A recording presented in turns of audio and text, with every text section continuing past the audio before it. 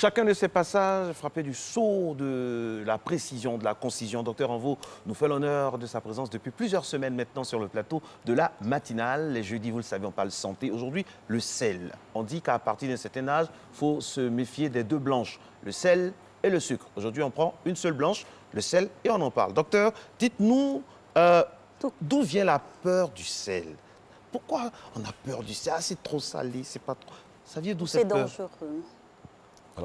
Bonjour, Bonjour, docteur. à tous. Alors, je crois que la peur du sel vient du fait qu'il y a une relation directe entre la forte consommation de sel et les maladies cardiaques. L'Africain a peur de l'effet immédiat. Sinon, quand quelque chose tue doucement, l'Africain n'a pas peur. Mais lorsque les tic au tac, ça réagit alors l'Africain il a peur. Donc, on sait tous aujourd'hui que la forte consommation de sel entraîne une hypertension artérielle. C'est pourquoi souvent on dit que le sel dresse le lit de l'hypertension artérielle. D'accord. Voilà. Alors, c'est l'origine des peurs, puisque ça découle après de pathologies, de maladies graves. Surtout. Quoique, au passage, on rappelle que vous êtes un magnifique poivre et sel. Alors, quel est le retentissement du sel sur le rein? Parce que ça attaque aussi plusieurs organes, mais en particulier le rein. Ou pas? Alors, si. Alors, nous avons tous fait cette expérience-là. Ou souvent, lorsque nous arrivons, nous sommes un peu fatigués. Nous sommes fatigués. Et si, alors, à ce moment, si nous prenons notre tension artérielle, nous serons autour de 9, autour de 10. Nous sommes fatigués.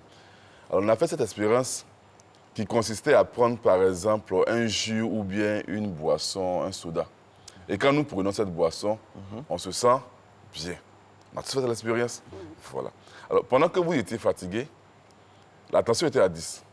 Quand vous prenez ces sodas ou bien ces boissons, vous vous sentez bien parce que la tension remonte jusqu'à 12. Donc, vous augmentez de 2 unités de tension artérielle. Alors, imaginez que vous étiez à 12, la tension normale d'un sujet adulte, vous étiez à 12. Quand vous prenez, vous remontez à 13, 14. 14, oui. Mais toutefois que la tension artérielle monte, le rein essaie d'équilibrer le cœur. C'est dans ce cas, on dit par exemple que le rein est à la fois acteur et victime de l'hypertension artérielle. Donc le rein essaie d'équilibrer le cœur pour ne pas que le cœur s'endommage. Donc il y a un impact direct de la consommation du sel sur le rein. Voilà comment est-ce que ça se passe. Voilà. D'accord. Alors, docteur, il est impérieux, il est très important aussi pour ceux qui nous suivent de savoir c'est quoi le sel. Alors, les différents types de sel que nous avons. Alors, il existe différents types de sel. Aujourd'hui, sur le marché, il y en a plusieurs types de sel. On a le sel que nous avons, le sel normal que nous avons, le sel blanc que nous avons, le sel iodé. Illustré ici comme Voilà, ça. le sel blanc que nous avons, on a le sel de mer que nous avons. Oui. Voilà, le sel de mer.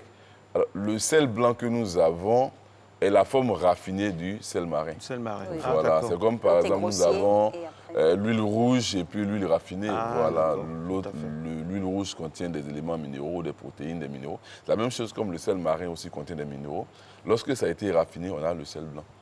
On a les brises de sel, etc., que nous ajoutons souvent à la fin des repas. Mais généralement, le sel se retrouve sous cette forme, la sel marin ou le sel blanc que nous avons.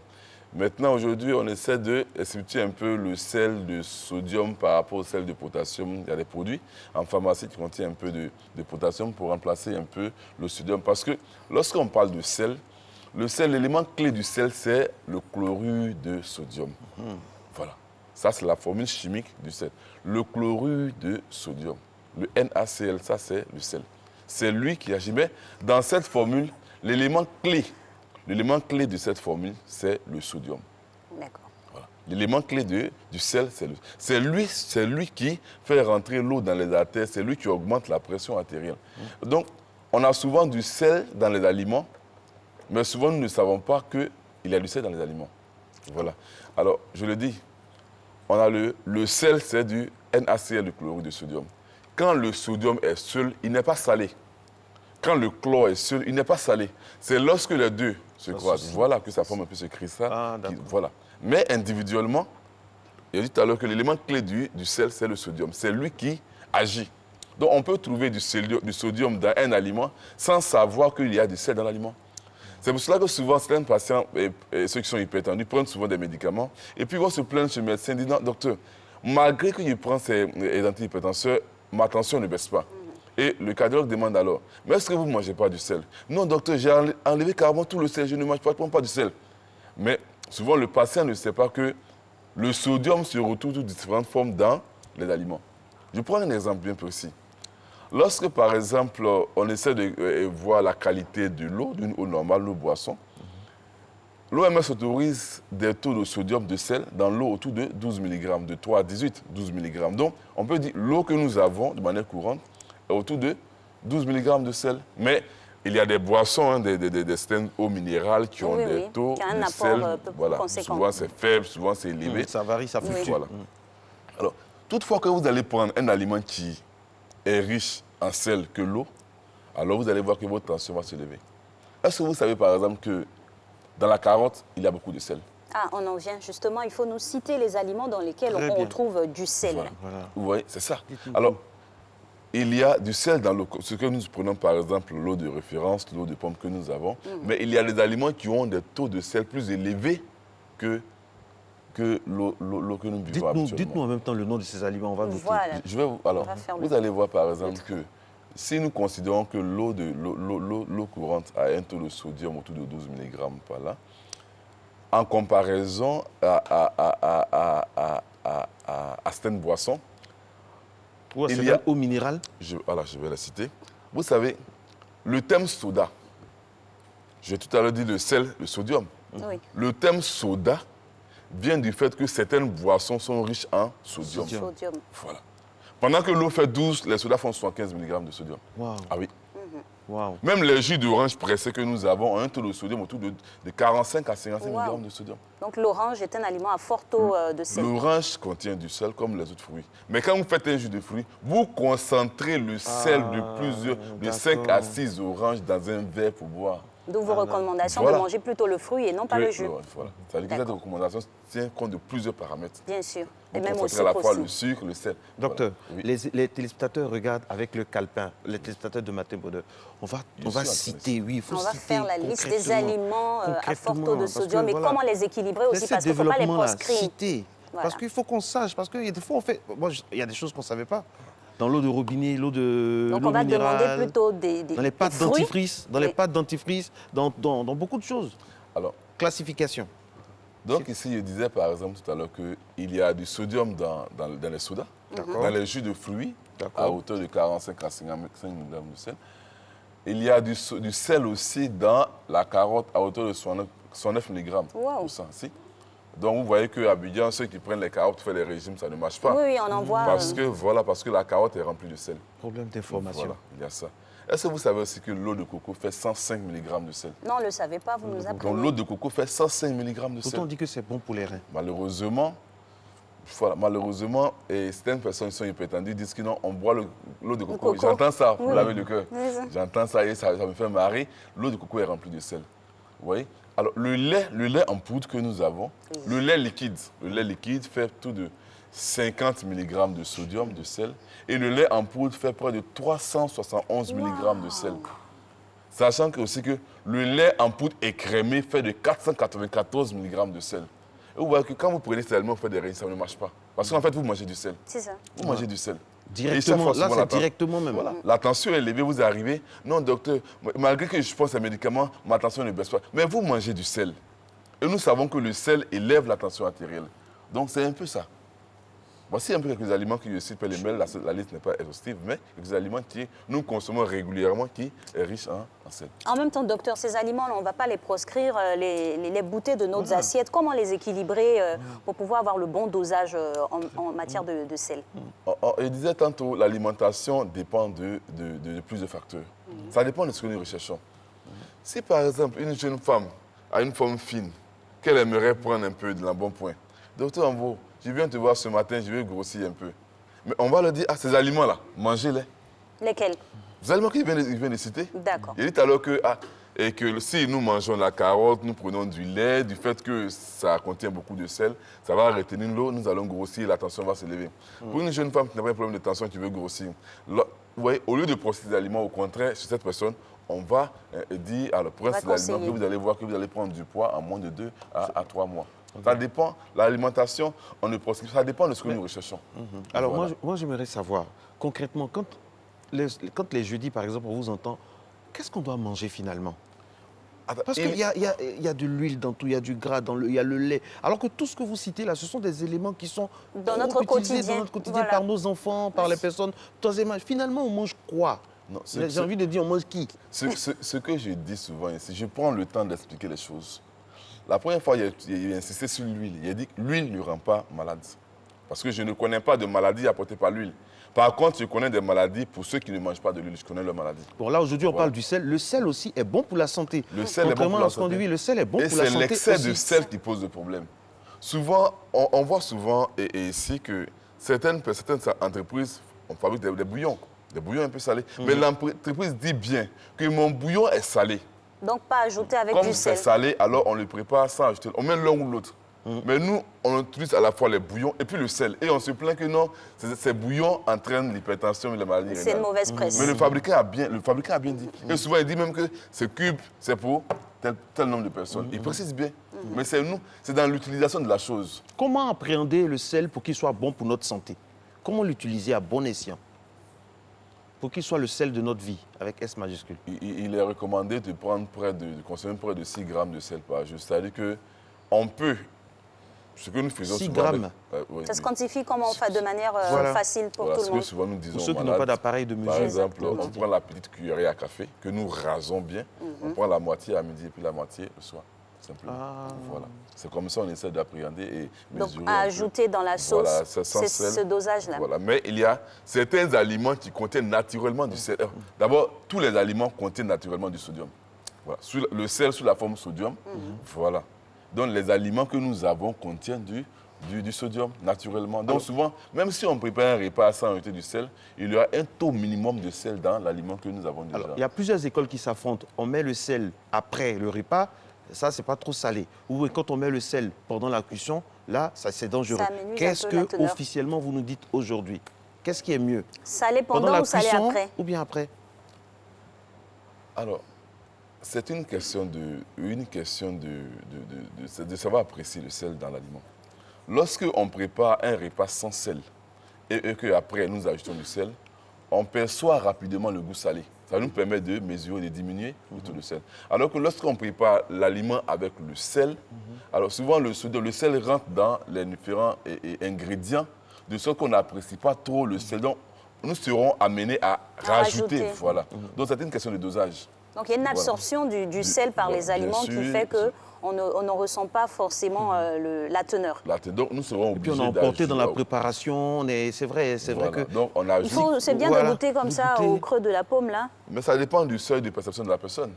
Si une personne qui a un seuil de perception élevé va goûter, la personne ne sentira pas. Alors que lorsque vous allez arriver, vous allez sentir que non, l'aliment est déjà salé. Donc, la langue est différente. Voilà, ça dépend du seuil de perception de la personne. Docteur, quels sont les aliments de notre quotidien? On a cité déjà peut-être des aliments par rapport au matin, au petit déjeuner. Grosso modo, quels sont les aliments de notre quotidien qui contiennent beaucoup de sel dont on doit se méfier? Généralement, ce sont ceux-là. Sinon, tous les aliments contiennent du sel. Ce sont ceux que j'ai cités, par exemple, le lait, la carotte, l'eau de coco, les jus de fruits, les sodas. Et la charcuterie, on en avait aussi en illustration. La charcuterie, comment ça se passe? La charcuterie contient beaucoup de sel. Ah, oui. Beaucoup de sel dans la préparation, mais beaucoup de sel dans l'élément que le fabricant prend pour conserver la charcuterie. La concentration. C'est-à-dire, concrètement, dans le process, nous allons acheter du sel. Du sel, la forme sel blanc. Okay.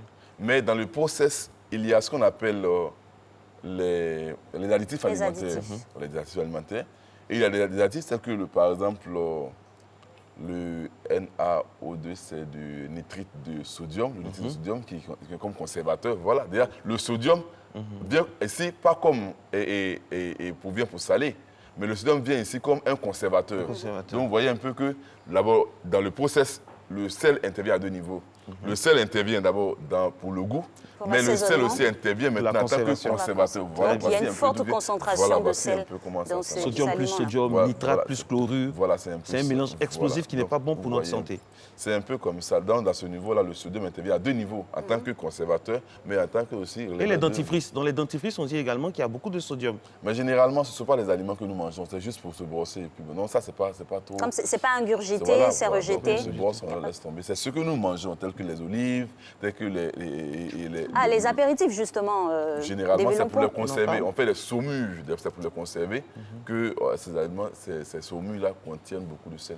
C'est-à-dire qu'on fait les olives, mais pour maintenir leur durée de vie, c'est-à-dire que sous le commerce, voilà, pour permettre à le vendre pendant 3 mois, 4 mois, 5 mois, sans qu'il ne se détériore. Donc, on fait des saumures dans lesquelles on met beaucoup de sel. Docteur, viande ou poisson? Viande ou poisson pour le sel ou pas sel? Viande ou poisson? Pour les régimes alimentaires, pour quelqu'un qui veut faire un régime alimentaire peu salé, le poisson est plus conseillé que la viande. La viande est plus salée que le poisson. Oh, ok. Voilà, la C'est ce viande que est je plus voulais salée. Donc, que quand on voit le des poisson. personnes qui font des steaks et saupoudrés comme ça de sel, il ne faut pas le faire, il faut laisser comme ça nature. Ça dépend du seuil de perception du sujet. Voilà. Sinon que généralement, la viande est plus salée que le poisson. Et clin d'œil au beurre salé. Docteur, Alix, je ne sais plus ce que moi je dois manger. Clin d'œil au beurre Parce salé. que chaque année, on a des nouveautés sur ce plateau. Martin Baudin est victime de ses consultants. Ils sont tellement calés. Quand ils viennent, ils nous disent des choses, on note. L'autre vient aussi, on note. Mais finalement, je sais que chez vous, vous vous posez la question, finalement, qu'est-ce qu'on mange? On mange quoi? Et parlons toujours du beurre. Est-ce qu'il faut le faire, il faut le prendre salé ou pas salé? Il y a des friands de beurre salé. Oui. Ils aiment le sel. Ils aiment le sel, donc ils prennent du beurre salé. Mais s'il y a du beurre non salé, généralement, le sel ne pose pas un problème. Il commence à poser un problème lorsque un problème d'hypertension se pose. Vous voyez un peu. Donc, les jeunes que nous avons, ou bien les personnes comme vous qui mangent du sel normalement, il n'y a pas de souci. Mais c'est l'excès de sel qui Mais pose comment? le En problème. fait, c'est le normalement là. Comment on n'a pas d'appareil. Beaucoup n'ont Mais pas il y a des d'appareil appareils en d'aluminium. chimiste Comment on fait? chez nous, il y a des On conseils. va partir avec la cuillère. Bon, on va raser. La Docteur dosette, a les dit de raser, éprouvettes et tout ça. le. Non, Marcelin, c'est pas Ou on difficile s'en à vient faire. vers la nourriture C'est moléculaire. pas difficile à faire quand même. On dit que vous avez, par exemple, peu de tension. La tension commence à s'élever tout de 12, 8, 13, 14, vous avez 14 de tension. On vous demande, en mangeant seulement rasé, prenez la moitié. Docteur, C'est pas pour cela, il difficile faut à le faire. savoir. Il faut prendre sa tension régulièrement. Sinon, dans le quotidien de la vie, comme ça, tous les jours, on traverse la vie, on mange le matin, le midi et le soir. On ne fait pas forcément attention. Donc ici, avec vos instructions, peut-être qu'on pourrait maintenant faire attention. Ok, les recommandations. Et ce sont des maladies insidieuses. Hein. Voilà. On ne sait On pas ne sait jusqu'à pas. un certain moment, C'est ça se sous-jacent. déclenche et puis à un moment, on a des signes avant-coureurs. D'où la prévention. C'est pour ça que moi, je veux qu'on termine avec la prévention.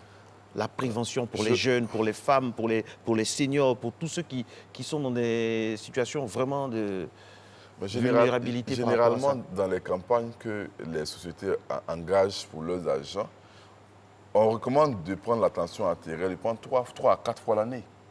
3 à 4 fois l'année, on peut aller prendre la tension. Ce n'est même pas cher, c'est à 500 francs.